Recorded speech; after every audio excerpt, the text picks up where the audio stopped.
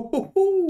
Est-ce que c'est moi qui s'imagine des trucs ou la petite souris Mickey devient de plus en plus tannant et coquin au fil du temps? Et oui, aujourd'hui, je vous parle bien de la sextape de Pam et Tommy.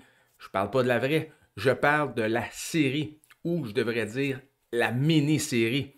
C'est drôle, c'est surprenant, intelligent et émouvant par moments. Quel dommage qu'ils n'ont pas, ni l'un ni l'autre, approuvé cette série.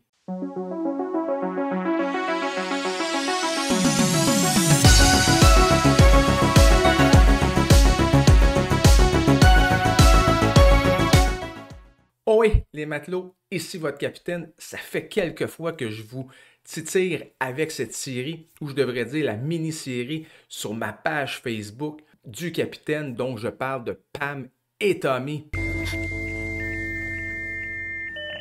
What the hell is this? Qui est disponible sur Disney+, plus précisément sur Stars, de 8 épisodes et on a déjà le droit à les 3 premières. Je vous donne mon avis sur les 3 premiers épisodes. Je vous fais un résumé en gros pour ceux qui ne connaissent pas l'histoire de la sextape. En 1995, l'actrice Pamela Anderson et le batteur Tommy Lee se marient alors qu'ils se connaissent depuis seulement 4 jours.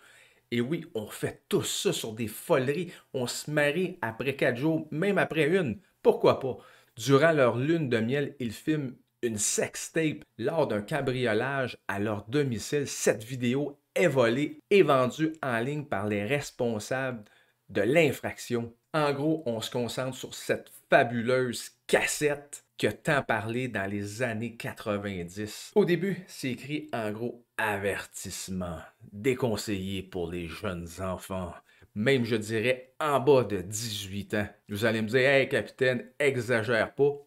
Non, j'exagère pas. Vous allez avoir des surprises si vous laissez vos enfants écouter cette série pour la simple raison que ça comporte un langage vulgaire et cru et des scènes explicites aussi, des scènes explicites et absurdes. Je veux rien dire, mais il y a une scène dans l'épisode 2 où tu te dis, ils iront pas là, ils iront pas là, et ils vont à fond la caisse dans l'absurdité. Tout ce qui est absurde dans la série, ça marche très bien. Résumé des 3 épisodes rapidement en quelques phrases avant que je vous donne mon avis. Épisode numéro 1, l'histoire des ouvriers qui travaillent sur l'agrandissement de la maison de Pam et Tommy, mais plus précisément un ouvrier, Rand Gauthier, joué par Seth Rogen. Épisode 2, la rencontre de Tommy et Pam. Et dans la 3e, les 2 histoires s'emboîtent pour faire une histoire qui mène vers cette fabuleuse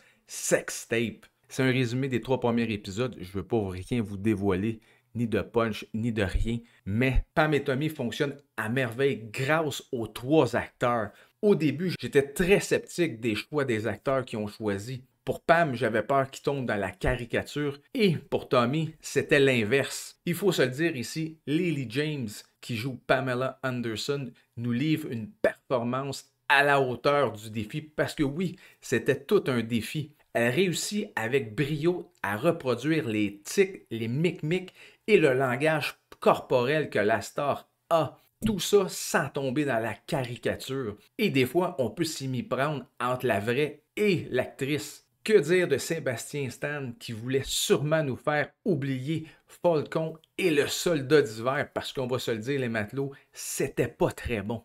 Get the fuck off. Ici, il est brillant, il se donne vraiment à fond. Pour ma part, je trouve que c'est le meilleur rôle qu'il a eu jusqu'à maintenant dans sa carrière. Et on peut voir tout son jeu d'acteur. Il s'en donne à cœur joie et ça paraît. Dude, you ain't walking out of here with shit.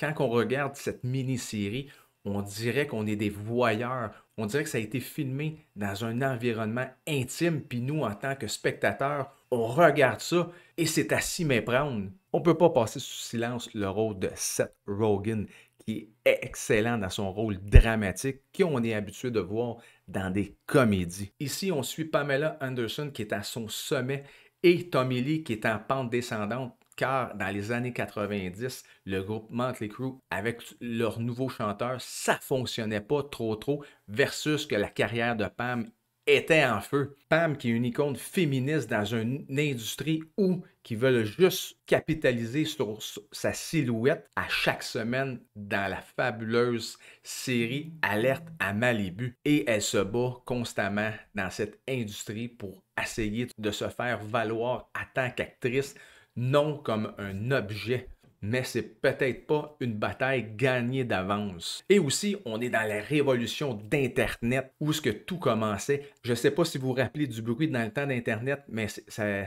faisait un drôle de bruit, comme...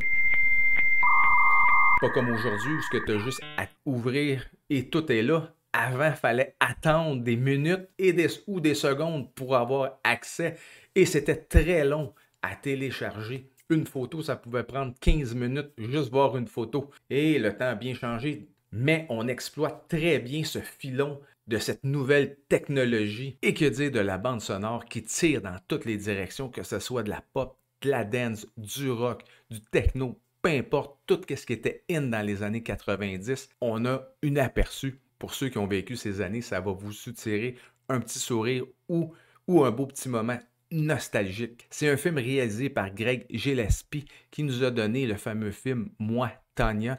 Si vous n'avez pas vu ce film-là, je vous conseille de le regarder.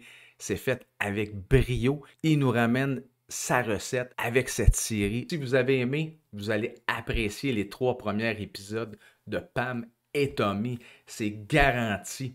Si vous avez vu les 3 premiers épisodes, gênez-vous pas, allez dans les commentaires, dites-moi ce que vous avez pensé de ces 3 épisodes. C'est toujours apprécié. Et en passant, donnez-moi un petit pouce. C'est toujours agréable. Sur ce, oh oui, les matelots.